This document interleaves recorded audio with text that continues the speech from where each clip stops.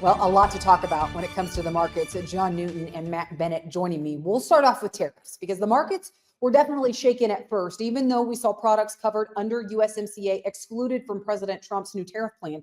The grain markets initially had a very negative reaction, but then corn made a comeback. Matt, why? Yeah, I mean, we gapped lower on the open. It was a pretty rough start to everything. I mean, you saw the equities markets getting hit, kind of a risk off type trade on the overnight market. And then you came in here on the day session and actually saw corn come firing back. I mean, at one point we were trading 15 cents off the lows. And so, I think that you still have to, you can't ignore what you've seen go on from the demand standpoint. Yes, you've got big acres this year that we learned earlier in the week, but at the same time, you're going to have big acres and a big crop because you've got shrinking world supply and demand, shrinking U.S. supply and demand. And so fundamentally, I still think there's reasons that there'll be some bargain hunters out here. And I think that's exactly what we saw when that gap lower. I think there was people ready and willing to buy that.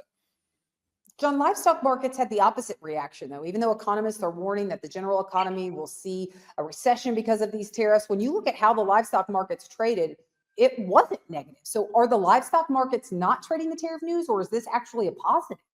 Well, you started with the easiest question of them all, Dynamite, and that's tariffs. I think the livestock market looks at this and says, let's look at all these countries around the world where we do not have fair and equal market access, whether it's on the beef side, the poultry side, the dairy side, and maybe this is the start of a conversation, the start of a negotiation to get better market access. When you talk about tariffs in Canada on, blue cheese, for example, that out of quota can be as high as 270%. There's a conversation that needs to be had.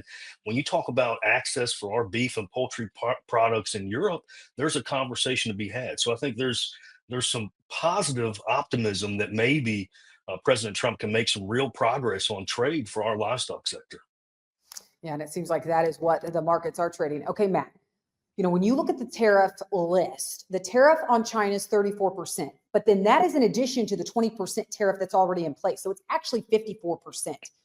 Are we right now, are we shipping any corn, soybeans? Are we shipping anything enough to China that we could face some retaliation here?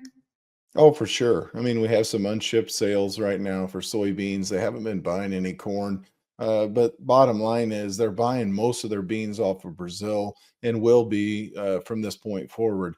That would be one of my concerns, though, is that, you've got a balance sheet right now of 380 million bushels for soybeans. What if we lose, 15, 20 million bushels because some of these sales that we've got turn into cancellations? So there's no doubt that you could see some of that retaliation. I mean, we have to remember that, we're the biggest destination as far as where they're shipping products. I mean, we're the world's largest consumer.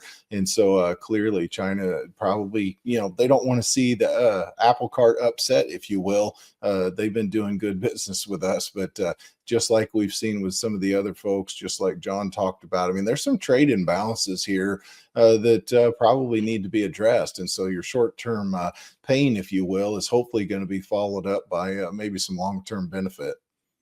John, this administration has warned against any country retaliating. We don't know exactly what the list of retaliation will be or could be. But considering that President Trump excluded any of the goods that were covered under the U.S.-Mexico-Canada agreement and how big of a customer Mexico and Canada are right now, do you think this was worst case or best case scenario from President Trump when it comes to this new tariff strategy? I think he was probably pretty lenient. I think he wants to get people to the table to negotiating. That's why you saw, under USMCA, Canada and Mexico, there's no impact there. But as Matt indicated, you talk about the Chinese, we are their largest customer.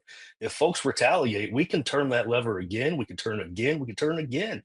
The goal is to get to the table and right-size trade in the United States, rebuild manufacturing in the United States, get middle-class jobs back to the United States.